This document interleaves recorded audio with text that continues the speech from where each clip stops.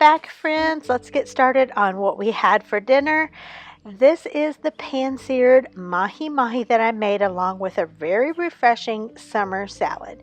I don't know about you, but now that it's getting warmer, I am really enjoying these summertime foods. So here's the mahi-mahi from Trader Joe's. We've purchased this one several times before. It's always delicious. This time I decided just to do a very easy pan sear. So I actually put a little bit of bacon grease and a little bit of olive oil in the pan here and got it heated up, put in my fish, and I seasoned it on one side there before I flipped it. All I used for this was onion, salt, and black pepper. Very, very simple, and it doesn't take long on fish. I always use my meat thermometer to make sure the internal temp is what it's supposed to be, and I just cook it until it's done.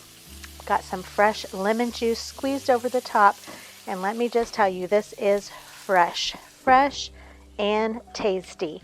It just was light, just the perfect summer meal.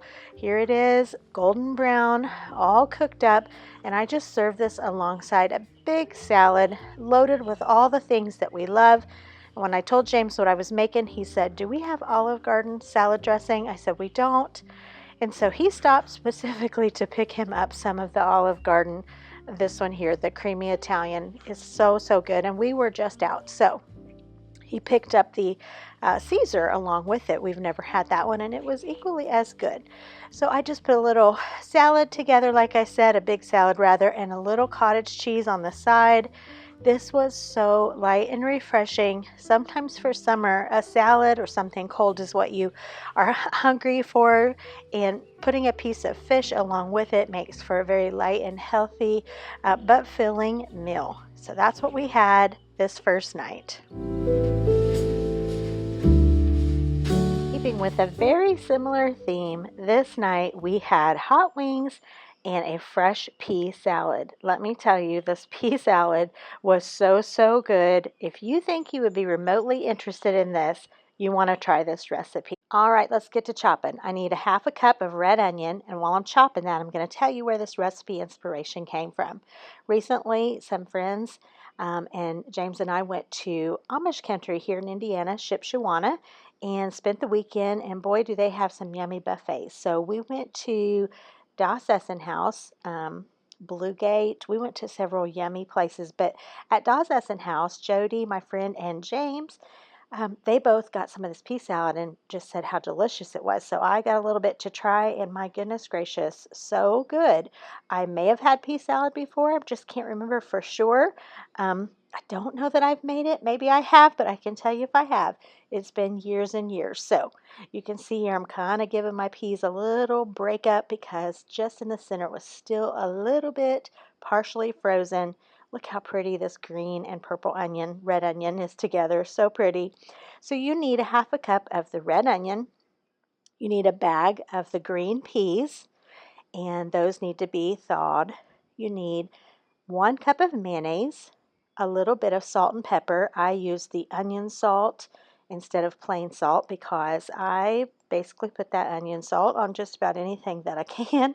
I really like the flavor of it. Then you need 6 strips of bacon, fried and crumbled, and the recipe called for a cup of mozzarella and a cup of cheddar. I'm sorry, a half a cup of each of those. I just thought I wanted to go full cheddar. So I did 1 whole cup of cheddar. It did not call for a sprinkle of sugar, but I felt like I wanted to add that, and I'm very glad I did. I would add that in moving forward as well. And that's it. That is all that you need to put together this pea salad. And when I say this is cold and refreshing, a little bit sweet, a little bit salty, it is all those things, very delicious, and I am absolutely positive I will be making this one throughout these summer months as a quick and easy side to go along with any meat that might come off the grill or just anything. You could even make this and just have this for lunch. It was very delicious. I will have the full recipe down below in the description box, and you can click on that right below my channel name. There's a drop-down menu, that's the description box, and you can find the full recipe there. As far as the hot wings goes, James decided he wanted to do those on the smoker, so he did all the seasoning, all of the smoking. They were delicious. I put a little bit of hot wing sauce on a couple of mine. Like I said, this was just a very yummy, quick summertime meal. All right, this is pan-fried burgers and onions two ways. This is basically cook once, eat twice. This first meal was a request from James. He wanted hamburger patties in mushroom gravy. I've showed that on my channel here before, but it's worthy of showing again. So in my skillet, I have hamburger patties. The only thing I have on them is onion salt, and I'm going in now with a little bit of Worcestershire sauce. Just putting a little bit on there. I think it flavors ground beef so well. So I am adding that on. I'm just frying these up just like you would any other time that you would fry up a hamburger patty.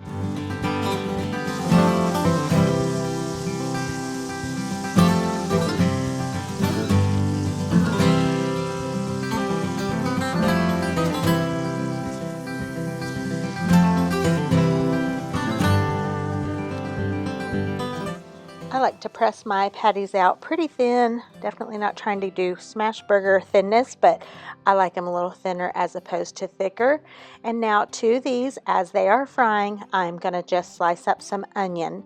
You can dice it, you can halve it, you can do whatever you want, but I'm just slicing them off in rings. That's the way I always do it, and I'm just tossing them in there. Now, I love onions. James loves onions. So you could do as much or as little or leave them off entirely, but we like a lot of onions, and I'd have to say I probably didn't put, as much as we would have preferred even this night. Onions cook down quite a bit. That's probably why, but it's just a fun change up for a burger to add some onions to it. Same thing with hamburger patties and mushroom gravy. You don't have to add the onions when you're doing this. This is just a recipe that something that my mom made regularly when I was at home, and that my dad really loved. And she didn't always add onions to hers, nor did she add fresh mushrooms, but you could. There's just different ways that you can kind of, add to some of your favorites, maybe to switch them up a little bit. And then with my little end pieces of my onion here, I've got some green beans over there in the kettle, and I'm throwing those in. I like to throw onion in with green beans when I'm cooking those. Also to the green beans, onion salt, how did you guess, and garlic powder. I think those are good flavorings for green beans. And then if you have a little bacon grease or a piece of bacon or some bacon pieces, whatever you can throw in there. I didn't have any bacon this night, but I put a little bit of bacon grease. Now for the mushroom gravy portion, just using a can of cream of mushroom soup and 1 can or the equivalent thereabouts of milk and black pepper. Stir those things together, and that is going to make the most delicious gravy over top of these hamburger patties. They just cook together and do something magical, and they're so delicious. So I'm getting that stirred up and ready for the pan. Okay, I removed a couple patties here for a different meal. I have these patties remaining. I have removed all of the grease from the pan, most of it at least.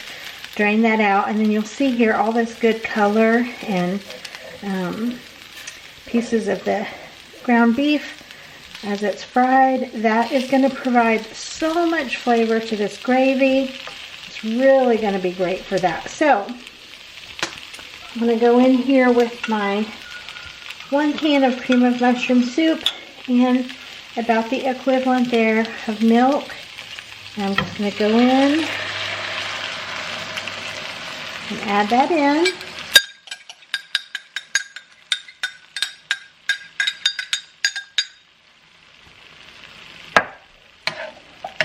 And I keep this on really low at this point because I want this meat to become as tender as possible and just simmer in this gravy. So a really low flame is what I have going on, and this gravy will just become all these little lumps. I don't spend time working hard on getting it lump free. They will cook out. And look, let me show you this. See already how this has gotten some color to it? As this simmers together, that is what's going to happen. So it gets so flavorful and delicious. So I've got a really low flame. I'm going to let these do their thing. But we really like a lot of black pepper on this meal. The black pepper and the mushroom gravy go so well together. All right, there we have it.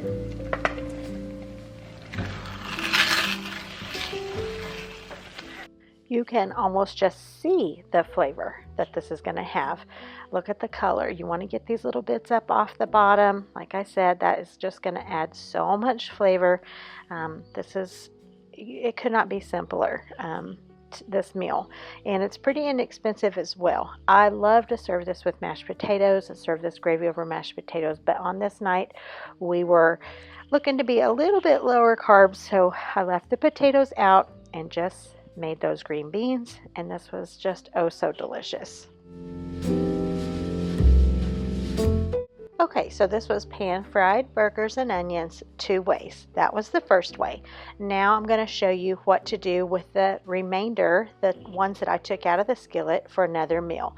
Into my new skillet here, I have some butter melting, and I have some fresh Amish bread that we also got when we were up in Amish country.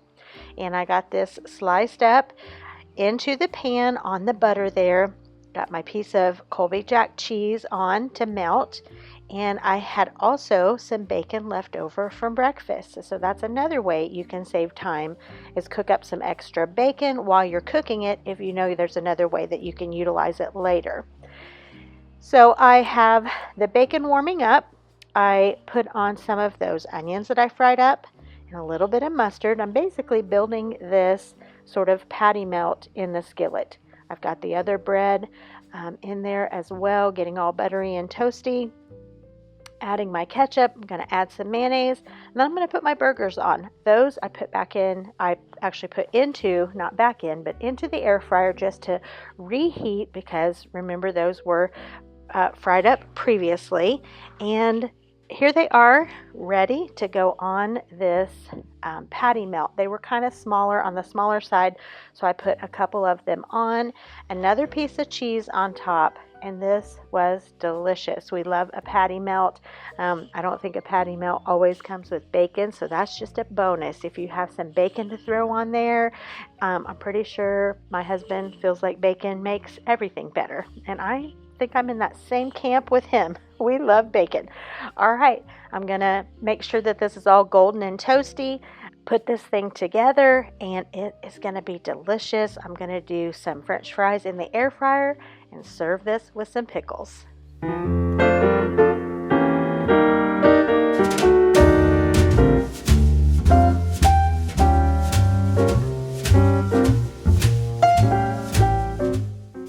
Alright, this is the last meal I'm going to show you guys. Soup, beans, and cornbread. I normally say ham and beans because I normally cook ham in my beans, but this time no ham. Soup, beans, and cornbread. One of my absolute all-time favorite since I was a kid meals. Love it so much. And I feel like I hit the holy grail of pinto beans. Lux brand are the absolute best, and they quit carrying them here in Indiana years and years and years ago, but this is all my mom used to cook, is the Lux beans. When I found these over the weekend, I knew I had hit the jackpot, and I could not wait to cook these up. If you see Lux beans on the shelf, buy them, because they are creme de la creme of pinto beans. They are so good. Yes, you can do the bag and soak them, and I do all that too. But for a canned pinto bean, you will not regret buying those. Okay, enough about the Lux beans, I think. I am making cornbread. I got my cornmeal. I always add flour in mine as well. Egg. And my secret ingredient is mayonnaise. And that makes all the world of difference. And the buttermilk, I never use buttermilk for cornbread. But when you have buttermilk that needs to be used, you put it in anything that you can put it in, because you don't want to waste the buttermilk. So it went in the cornbread. James said he likes my original cornbread better than with the buttermilk, but it was good. I also reduced the amount, so you can see this is not as thick and puffy as my cornbread normally is, but I'm telling you, it's hard to learn to cook for just 2 people, so I'm trying to scale back a little at a time, and that was actually the right amount of cornbread. Of course, we still had half of it left, but more than half of it left. It was a better amount. Here in my long griddle are salmon patties. And I've made salmon patties on my channel lots and lots of times, so I'm not showing how I made those, but I can link videos down in the description box of how I make my salmon patties. But salmon patties are really, really good with soup, beans, and cornbread. And then I was just in the mood for some cheesy potatoes of some sort. I don't know. I didn't want to make scalloped potatoes, so I just basically peeled them like I was going to mash them, but I didn't mash them. I added in some Velveeta, not a lot, and a little bit of onion salt, garlic powder, pepper, and a little bit of butter. And they were just like a cheesy mashed potatoes. I don't know. I just thought that sounded good, and it really, really was. Here's the salmon patties all done. They were amazing. We had leftovers of all of this for another meal, and then still some left over. But oh my goodness, so good. So chow chow, cucumbers, onion, just the best, the best. I could eat this at least once a week. We don't. I guess that's why it tastes so good every time I make them. I hope you guys got some inspiration from something in this video today. I am so glad every time you take the time out of your schedule to come by and watch one of my videos. Give it a thumbs up if you liked it. Subscribe if you've not. And I'll see you the next time. Good Lord willing and the creek don't rise.